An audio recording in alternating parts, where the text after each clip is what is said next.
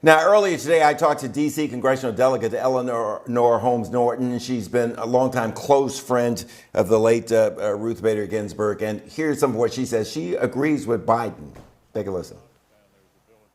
I'm thinking there's nothing Democrats can do to stop this process. Is that correct? Well, I think the process is more in our hands than you might think.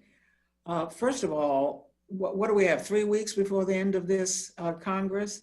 Just fitting this into that process. There are certain things you have to do. The new nominee has to be chosen. We don't even know who it is yet. She's then got to make her rounds to see members of the Senate personally. Then she's got to have a hearing. I say she because the president says he's going to appoint a woman. Then she's got to have a hearing. Then they've got to go into deliberations. Then they got to have a vote.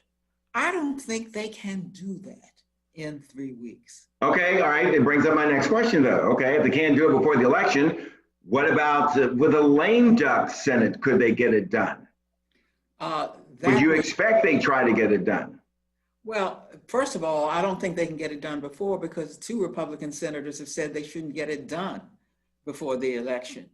Now, I think it would be very difficult in the lame duck session because there might be people voting who had just been voted out.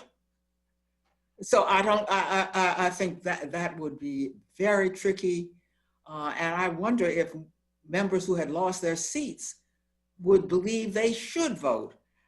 Congressmember Norton helped introduce Ruth Bader Ginsburg at her Senate confirmation hearing. Ginsburg was later confirmed in a 96-3 vote. She took the oath of office in August of 1993, only the second woman appointed to the U.S. Supreme Court.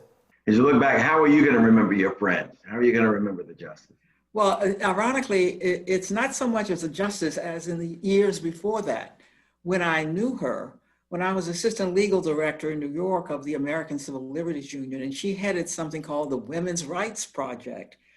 Frankly, Bruce, that's where I think she did her most historic work because she brought 6 women's rights cases, won 5 of them, and essentially established women's rights as we know it. For example, before her case, the 14th Amendment, which had long applied to Blacks, had not even applied to women.